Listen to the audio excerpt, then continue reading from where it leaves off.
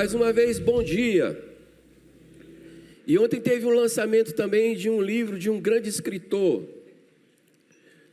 dos maiores escritores que eu conheço, Pastor Rafael Bloom. Cadê os livros?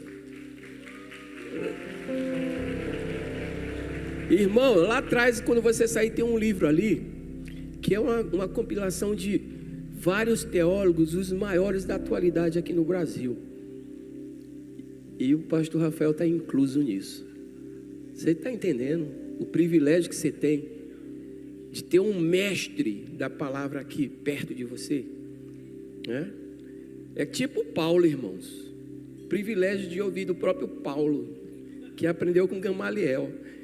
É mais ou menos isso. Tá bom? Então adquira esse livro no final do culto. Está ali na frente para gente, para você ler essa grande obra, que é fala sobre o Sermão do Monte, né? O Sermão do Monte explicado versículo por versículo, irmãos. Uma maravilha. Amém. Vamos orar mais uma vez. Senhor, eu te dou graça, Pai, por tudo que o Senhor é, por tudo que o Senhor faz, e por o Senhor ter misericórdia de nós, por o Senhor ter nos transformados e ter nos inserido no Teu reino. Que privilégio para nós, homens mortais, pecadores, mas que o Senhor teve amor tão grande que nos escolheu. Obrigado, Jesus. Obrigado. Que nesse momento, Pai, o Senhor possa usar a minha vida como instrumento de graça neste lugar, para edificar a Tua igreja, para falar a Tua palavra, para exortar com amor, para falar em sabedoria, não por mim, mas pelo Teu Espírito Santo, Pai, no nome de Jesus. Amém. Bom dia, queridos, mais uma vez, um grande privilégio para mim estar aqui, pregando mais uma vez. E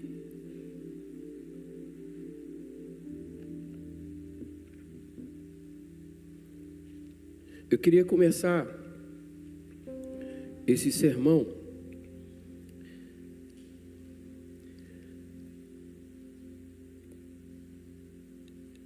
fazendo uma pergunta para você.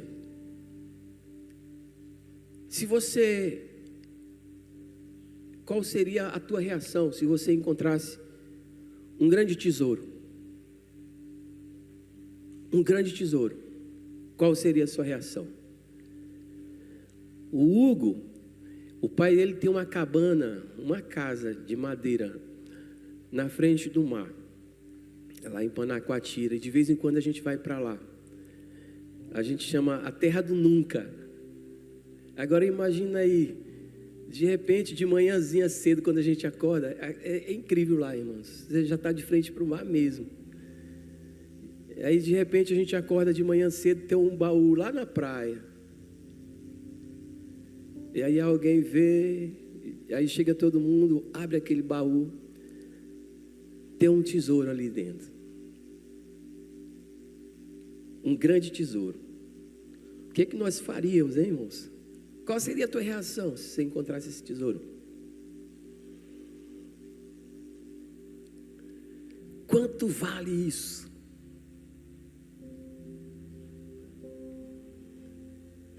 Existe um galeão chamado São José. Ele naufragou no século XVI, ali no Caribe, e encontraram esse galeão. Esse galeão, ele tem aproximadamente lá umas 200 toneladas, irmãos. Umas 200 toneladas de ouro, esmeralda. Está entendendo? E aí o que acontece? O governo da Colômbia que encontrou, né? O exército que encontrou, a marinha. E aí eles falaram, ó, tesouro é nosso. Só que o navio São José era espanhol. Aí o que acontece? A Espanha, não, o tesouro, o navio é nosso. Só que os índios que eram escravizados na época, lá na Colômbia, tiraram das nossas minas, o tesouro é nosso. Aí sabe o que está acontecendo com esse tesouro? Que foi encontrado em 2015, ele se encontra no mesmo lugar, no fundo do mar. Por quê? Porque desde então eles estão brigando por causa daquilo ali. E geralmente é assim, irmãos, a riqueza desse mundo dá briga. Talvez a gente encontrasse esse baú lá na terra do nunca, viu, Hugo? A gente ia brigar. Não, eu vi primeiro. Não, mas eu que abri. E geralmente é assim, irmãos, as coisas desse mundo só trazem briga. Mas o trecho nessa manhã que nós vamos estudar encontra-se em Filipenses capítulo 3. Eu queria que você abrisse agora, porque bem aqui nesse texto ele tem um mapa de um tesouro. Um mapa de um tesouro. Sim, um mapa de um tesouro muito valioso. Mais valioso do que naquele tesouro que está lá no fundo do mar. Eles avaliaram assim, por baixo, 25 bilhões de dólares. E esse tesouro que está aqui é muito mais valioso do que isso. Vamos lá? Filipenses capítulo 3, do versículo 1 ao 11. Eu vou ler todo o texto, tá bom? Por fim, meus irmãos, alegrem-se no Senhor. Nunca me canso de dizer-lhes essas coisas, e faço para protegê-los. Cuidado com os cães, aqueles que praticam o mal, os mutiladores que exigem a circuncisão. Pois nós que adoramos por meio do Espírito de Deus, somos os verdadeiros circuncidados. Alegramo-nos no que Cristo Jesus fez por nós. Não colocamos nenhuma confiança nos esforços humanos, ainda que se outros pensam ter motivos para confiar nos próprios esforços, eu teria ainda mais. Fui circuncidado com 8 dias de vida. Sou israelita de nascimento, da tribo de Benjamim, um verdadeiro hebreu. Era membro dos fariseus, extremamente obediente à lei judaica. Era tão zeloso que perseguia a igreja. E quanto à justiça, cumpria a lei com todo o rigor. E eu pensava que essas coisas eram valiosas, mas agora as considero insignificantes por causa de Cristo. Sim, todas as outras coisas são insignificantes comparada ao ganho inestimável de conhecer a Cristo Jesus, meu Senhor. E por causa dele, deixei de lado todas as coisas e as considero menos que lixo, a fim de poder ganhar a Cristo e nele ser encontrado. Não conto mais com minha própria justiça, que vem da obediência à lei, mas sim com a justiça que vem pela fé em Cristo, pois é com base na fé que Deus nos declara justos. Quero conhecer a Cristo e experimentar o grande poder que o ressuscitou.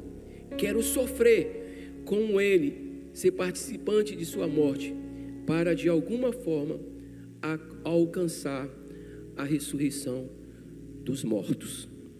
Amém. As palavras de Paulo.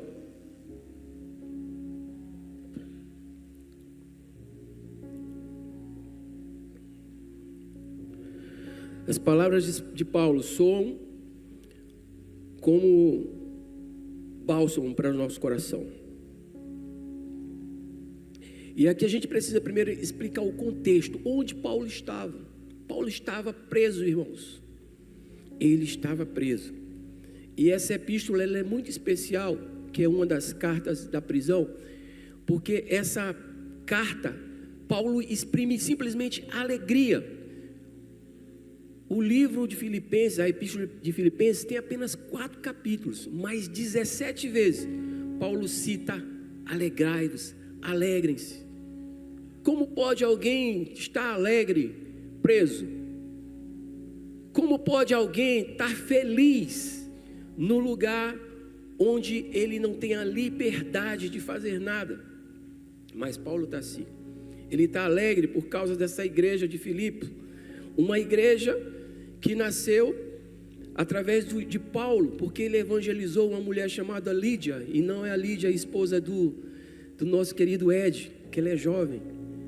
Era uma vendedora de púrpura, e ele alcançou essa vida.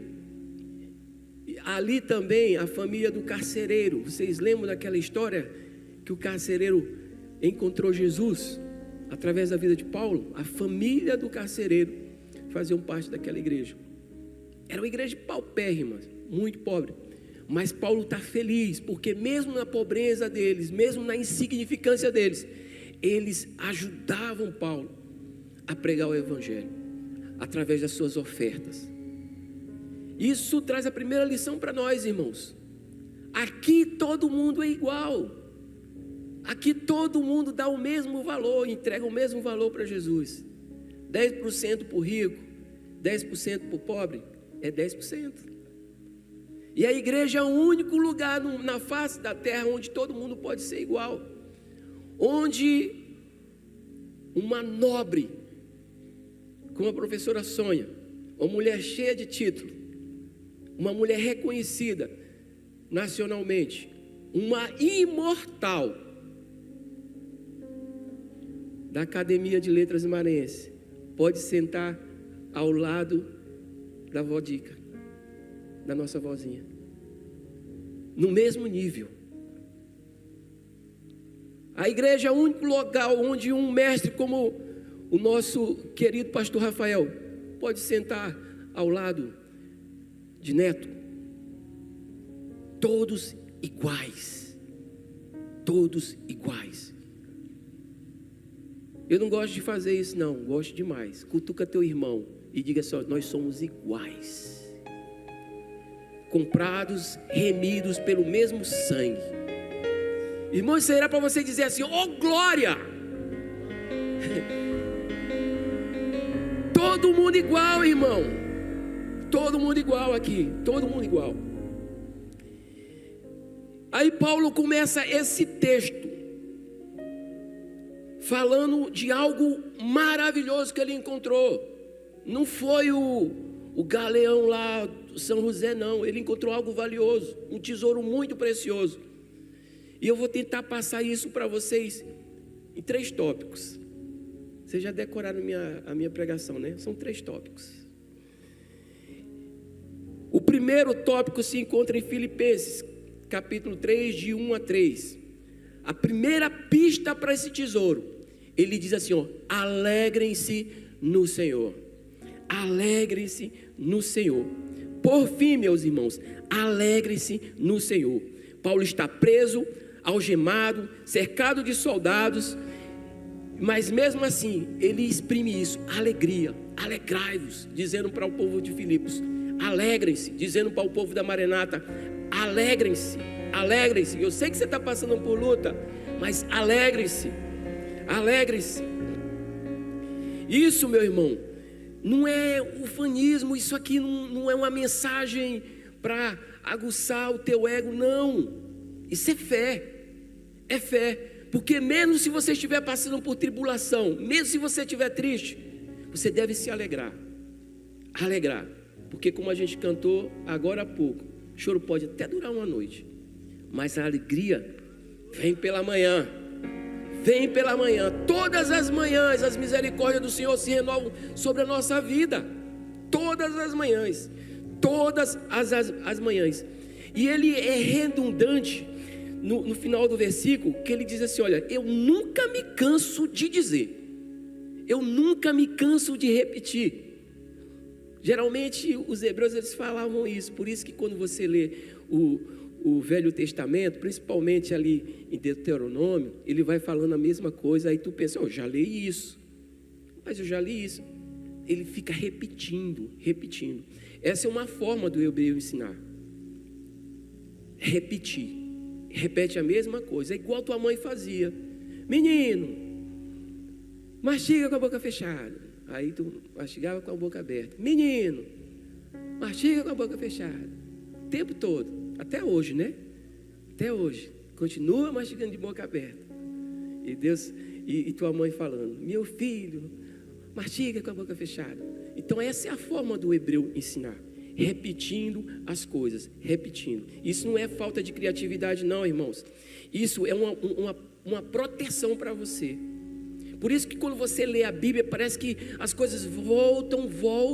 Não, você chegou aqui, não, eu já aprendi isso. E a mesma coisa, é assim que Deus ensina a gente, repetindo as coisas, repetindo. Aí no versículo 2, ele fala assim, olha, cuidado com os cães, os mutiladores.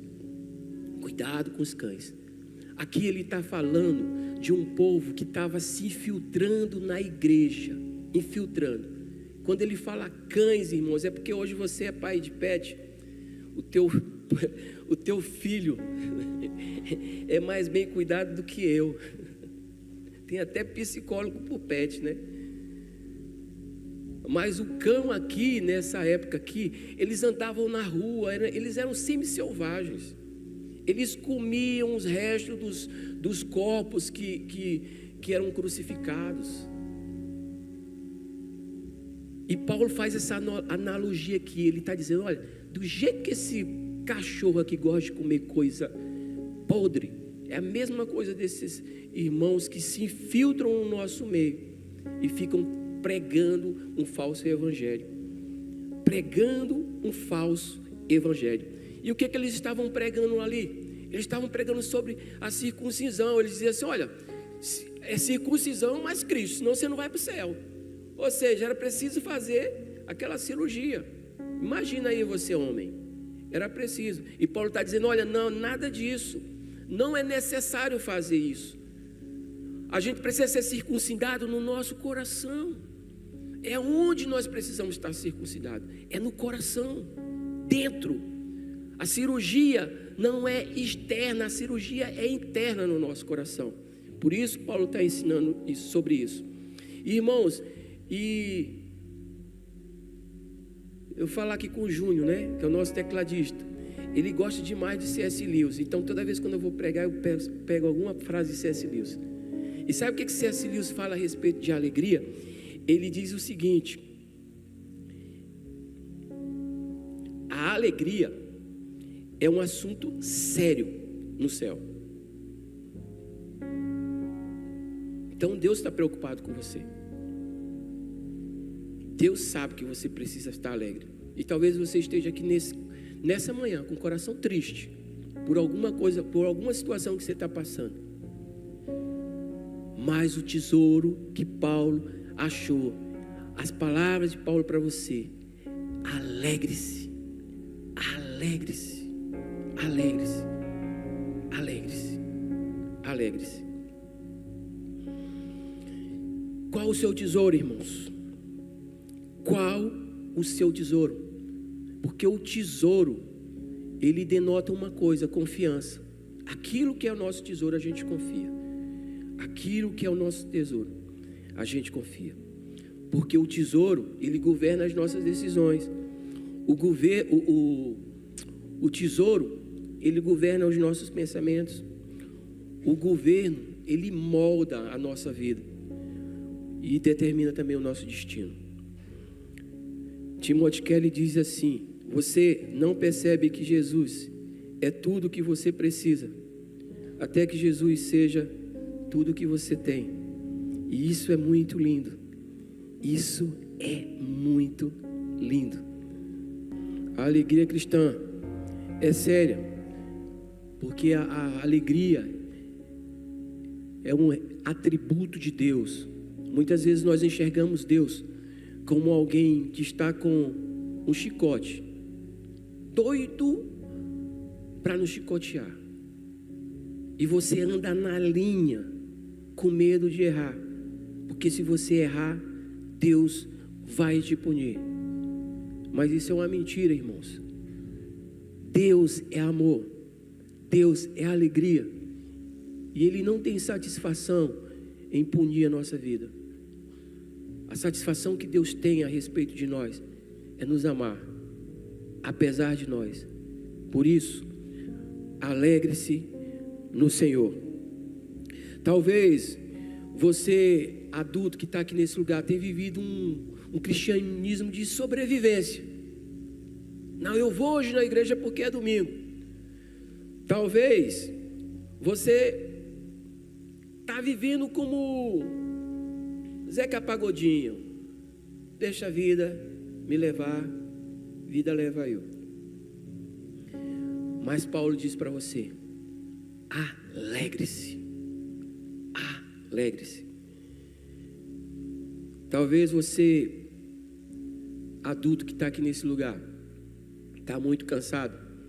E tudo que você queria eram umas férias.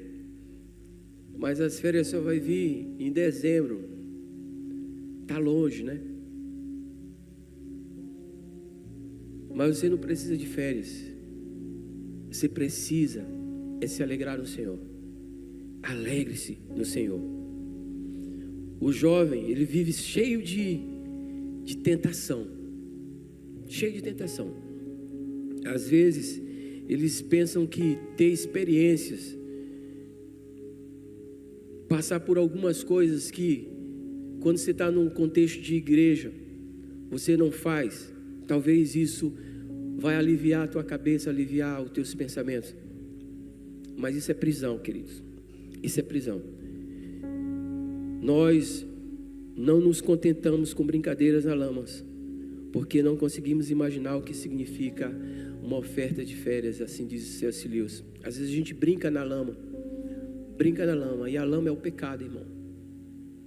Enquanto Deus quer dar férias para nós, quer mostrar um mar azul, como o mar hoje na litorânea, azul. E isso é o paraíso. E às vezes a gente perde o paraíso, porque ao invés de nos alegrarmos no Senhor, nas dificuldades, a gente fica brincando na lama. E Deus diz para você: alegre-se, alegre-se. Muitos casais, eles só ficam bem quando tudo está bem. Aí está tudo bem. E aí quando as dificuldades acontecem, eles não conseguem se alegrar no Senhor. E um conselho que eu dou para você aqui, geralmente a gente diz assim: olha, orem juntos.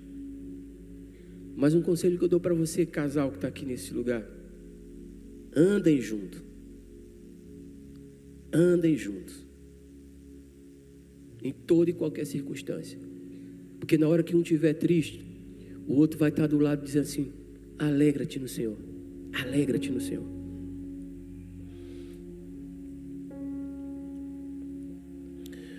Orar e andar juntos. Porque quando a gente faz isso, a gente ora e anda junto, aí Deus protege a nossa vida, a nossa família, dos cães que vivem fazendo ensinamentos no nosso meio, tentando tragar a nossa vida. O segundo tópico dessa pregação: não confie nos seus próprios esforços. É a segunda pista do tesouro, a segunda dica desse tesouro. Não confie nos seus próprios esforços. Filipenses 3, de 4 a 7. Se outros pensam ter motivo para confiar, eu teria mais ainda. Aqui Paulo está dando uma carteirada. Uma carteirada santa. Ele está dizendo assim para o pessoal: eu tenho motivo para me gloriar. Eu sou circuncidado ao 8º dia. Ou seja, quem fazia isso? Só um hebreu puro. Aquele que nasceu hebreu. Olha, um judeu puro. Eu nasci judeu e com 8 dias eu fui circuncidado.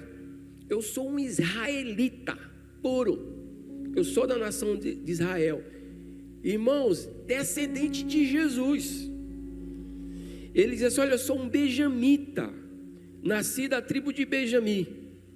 Só a tribo de Benjamim e a tribo de Judá foram fiéis na medida do possível a Deus. As outras todas dispersaram. E ele continua dizendo: hebreu dos hebreus, fariseu.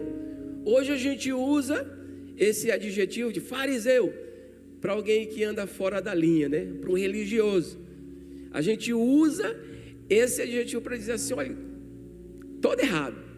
Mas irmãos, fariseu é separado. Alguém que resolveu separar a sua vida por amor a Deus.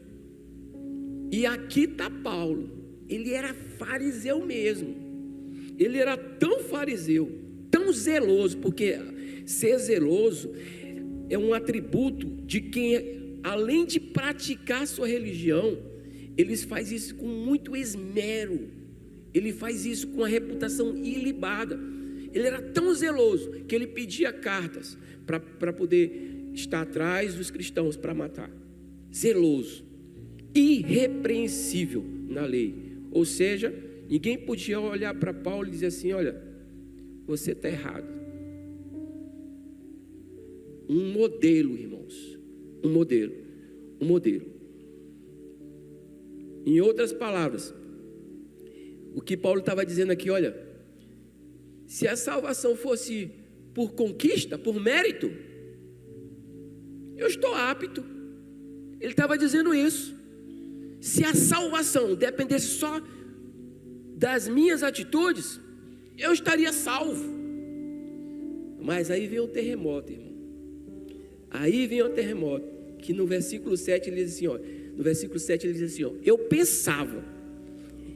pensava que essas coisas eram valiosas, mas agora as considero insignificantes. Não tem valor nenhum. Tudo aquilo que as pessoas podiam olhar para Paulo e dizer: ó Paulo, ele dizia: não significa nada para mim. Não tem valor nenhum. Nada. E sabe por que ele diz isso? Porque um dia, cheio de si,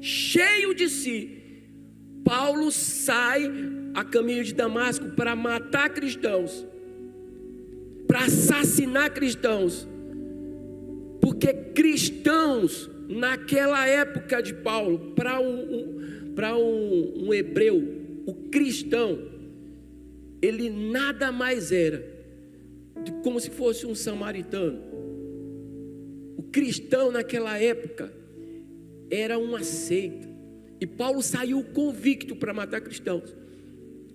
E lá em Atos capítulo 9 diz que quando ele estava no caminho de Damasco, uma luz envolve Paulo e Paulo cai no chão. Paulo fica cego por 3 dias, e aquela luz diz assim: Saulo, Saulo, por que tu me persegues? E ele diz: Senhor, quem eu estou perseguindo? E Jesus se revela para aquele homem cheio de si, sai daquele lugar e vai ter que ser cuidado pelos inimigos dele. Aquele homem cheio de si, ele tem que se submeter a aprender com os discípulos de Jesus, pescadores, homens de pouca cultura. Teve que conviver com aquele povo. Tudo aquilo que Paulo aprendeu aos pés de Gamaliel, para ele agora era algo insignificante. Porque ele encontrou um tesouro. Aquele tesouro mudou a vida de Paulo. O homem, ele só sabe quão ruim ele é. Você só sabe quão ruim você é quando você tenta ser bom.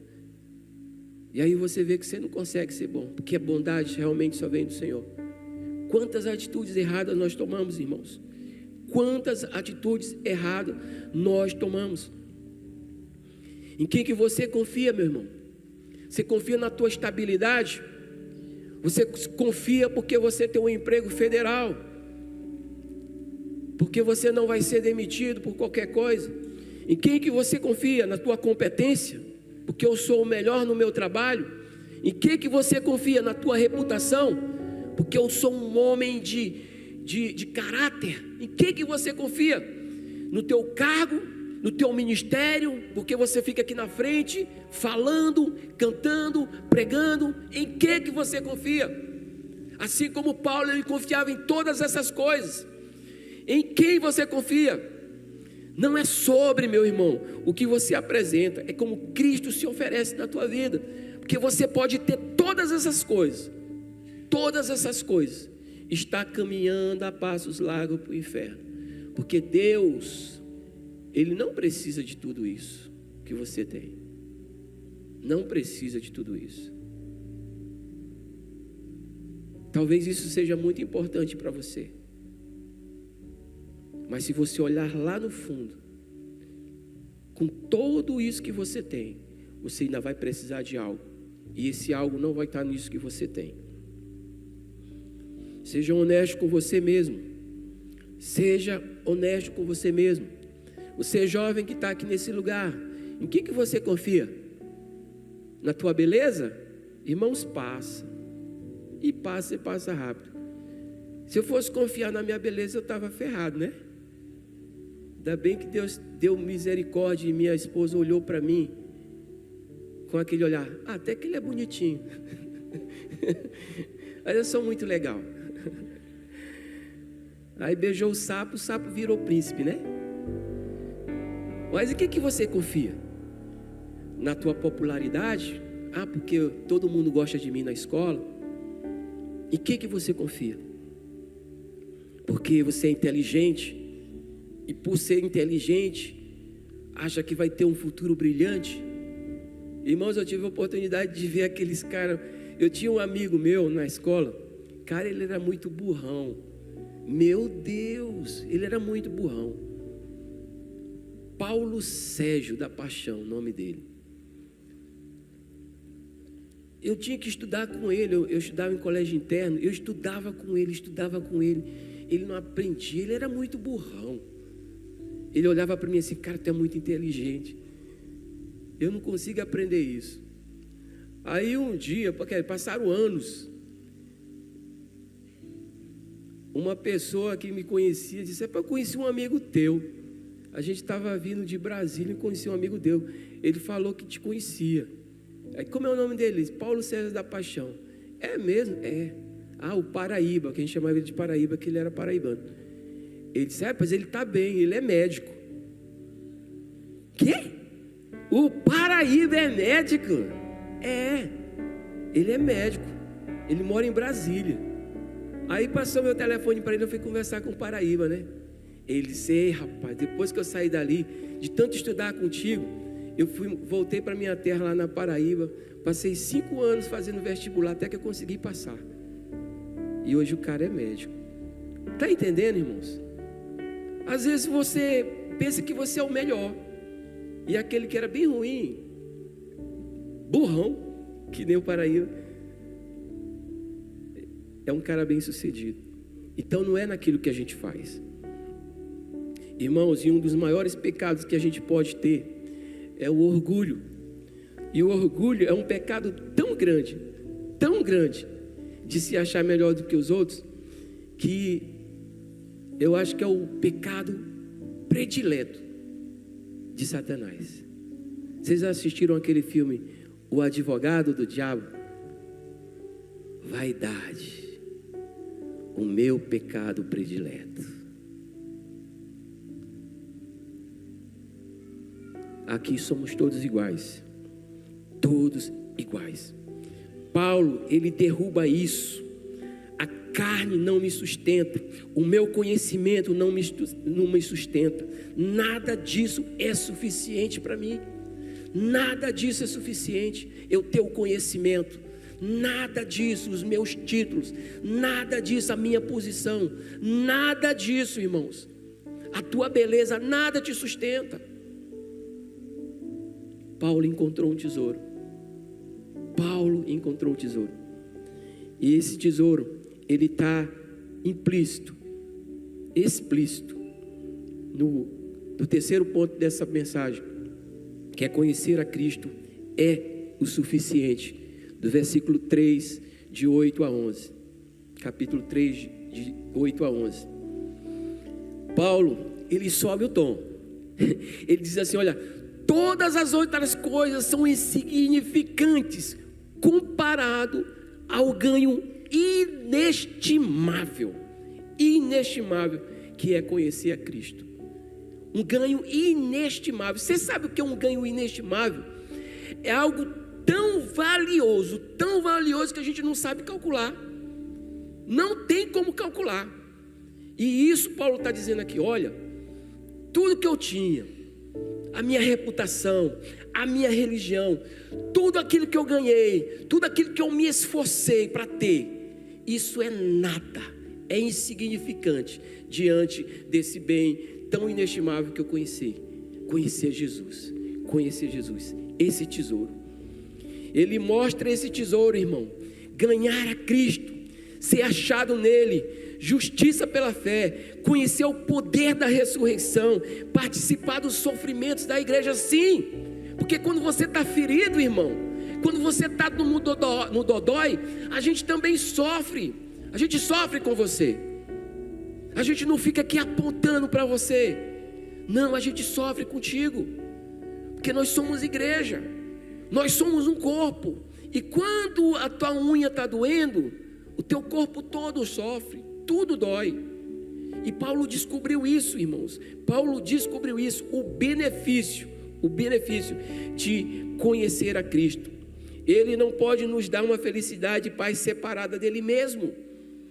Deus não faz isso porque encontrar a Cristo, conhecer a Cristo, é o tesouro. Esse é o tesouro. Aquele baú que a gente encontrou lá na praia, tem valor nenhum, porque a gente vai morrer, não vai conseguir gastar tudo e vai ficar para alguém. Mas conhecer a Cristo, irmãos, você vai morrer, mas você vai viver de novo com Ele na eternidade. E quanto a isso, nada nesse mundo pode pagar. Nada no mundo pode pagar isso. Talvez você percebeu que as suas conquistas, muitas vezes ela vai trazer um gosto amargo, irmãos. Muitas vezes. Eu vi uma história de um senhor que ele queria ter um sítio. E ele conquistou esse sítio e ele ficou feliz. O irmão ficou feliz. Acontece que aí no final de semana ele tinha que ir para onde? Para o sítio. E ele ia tanto para o sítio que acabou deixando de ir para a igreja. O que aconteceu, irmãos? A fé esfriou. E aquilo que era uma conquista para ele, acabou sendo uma grande derrota. Uma grande derrota. Você jovem que está aqui nesse lugar, você precisa conhecer a Cristo. E conhecer a Cristo não é conhecer a religião pregada na igreja Maranata, não. Conhecer a Cristo é conhecer a pessoa de Jesus. A pessoa de Jesus. Como eu fiquei feliz de ver esses dias as irmãzinhas aqui da igreja comemorando porque passou no vestibular. Como eu fiquei feliz. Parecia que eu tinha passado no vestibular, porque a gente estava orando por elas. E elas agora vão ser o quê? Missionárias e missionários lá na universidade.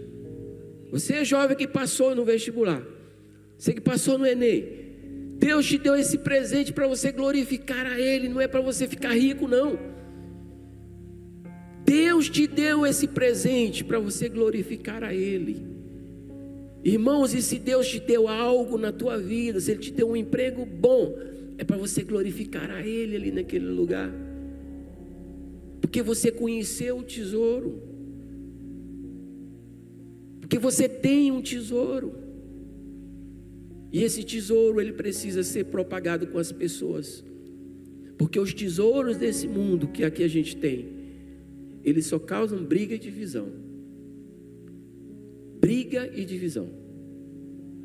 Mas o tesouro eterno que Deus tem para nós, ele é tão bom, que você não guarda só para si, você quer compartilhar com alguém. É diferente, irmãos. É diferente.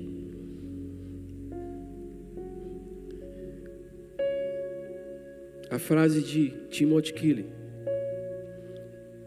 você não percebe que Jesus é tudo que você precisa, até que Jesus seja tudo o que você não tem. Essa frase é muito linda, porque muitas vezes a gente está cercado, abastado de tanta coisa boa, que a gente esquece quem é Jesus. E aí quando você está lá no fundo do poço, onde todas as tuas estratégias para sair dali, que você fez, não deram certo, aí vem aquela frase maravilhosa: plim, agora só Deus. Quando isso deveria ser a primeira opção. Aí é o tesouro, irmãos. Aí é o tesouro. Aí é encontrar o tesouro. Plim, só Deus. Só Deus. Isso é o mais precioso. Eu sempre cito aqui o pastor Afonso como um modelo para nós. E quando ele estava lá no leito de morte, a gente ficou sabendo aqui que ele estava evangelizando, irmãos, as pessoas, falando do amor de Deus, no leito de morte. Sabe por que ele fazia isso? Porque ele encontrou o tesouro mais precioso do que a medicina, mais precioso do que os bens que ele adquiriu na vida, mais precioso do que sua própria família, mais precioso do que sua própria vida. Ele encontrou o tesouro. Irmãos, e esse tesouro, ele está tão perto de nós, tão acessível, tão perto, e a gente não valoriza o tesouro, porque talvez esse tesouro foi apresentado para você de uma forma equivocada. Talvez o tesouro foi apresentado a você como uma religião, mas o tesouro não é a religião. O tesouro é uma pessoa que vive, que está no nosso meio, que nós podemos sentir sua presença. Esse é o tesouro. Esse é o tesouro que Paulo está falando. Olha, eu encontrei alguém que é superior a todo o meu conhecimento, que é superior a tudo que eu aprendi, que eu achava valioso. As coisas que eu aprendi, tudo que eu reti na minha vida, isso para mim é nada, é lixo, é esterco. Paulo trocou tudo aquilo por conhecer a Jesus. Quando ele conheceu a Jesus, ele comparou. Irmãos, eu não sei se você tem feito isso, mas faça isso. Compare, olhe para a tua vida com e sem Jesus, para você ver a diferença. É muito grande, irmãos, é muito grande. Se tu soubesse, se tu colocasse em prática isso, se você no teu coração comparasse as coisas e olhasse o que está acontecendo no mundo, o que está acontecendo nesses dias nessa cidade, entregue a Satanás, entregue ao demônio, irmãos, as portas escancaradas. Quantas vidas serão ceifadas nesses dias?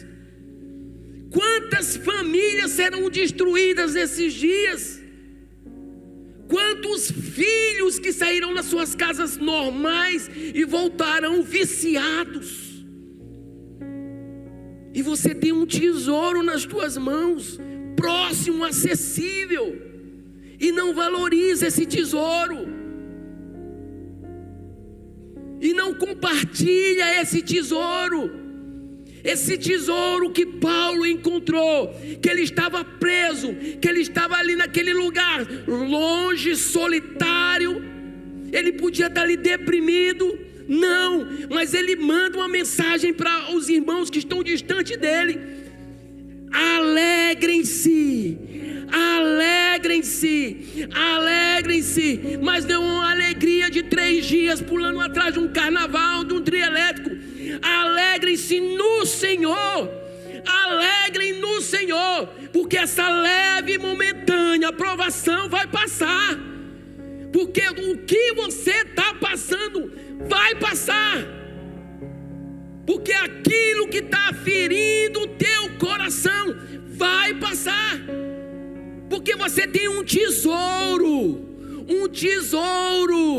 e esse tesouro não tem preço, irmãos, porque esse tesouro você não caçou, você não foi procurar, esse tesouro veio para você, ele que se ofereceu a você, o tesouro veio até você, não foi você que foi até o tesouro foi oferecido a você, porque o tesouro é que escolheu você, não foi você que escolheu o tesouro é Jesus, irmãos, e ele está acessível para você, para a tua vida, tão perto,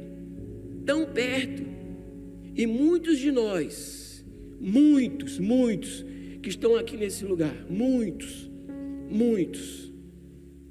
não valorizam o tesouro.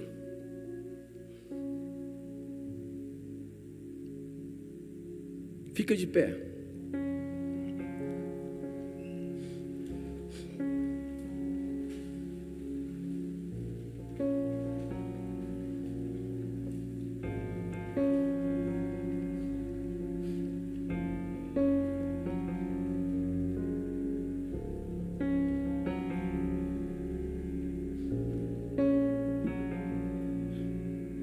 Conhecer a Cristo é o tesouro mais precioso que você poderia encontrar.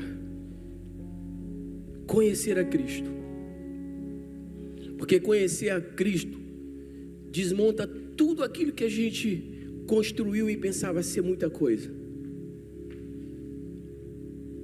Faça uma oração agora a esse Deus maravilhoso que se ofereceu a você. E se você puder agradecer a Ele por ter se apresentado a você, faça isso.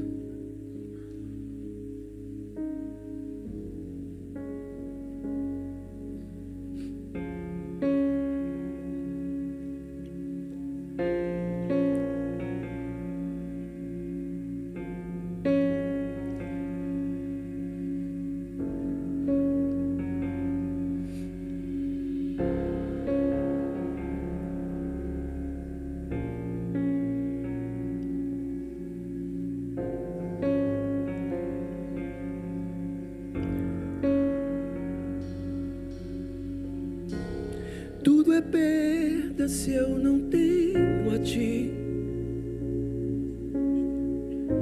A Tua graça é o que me basta. Sem Você não sei pra onde ir. Sem Tua presença nada importa. O que adianta eu ganhar o mundo inteiro e a minha alma se perder sem Ti, Senhor?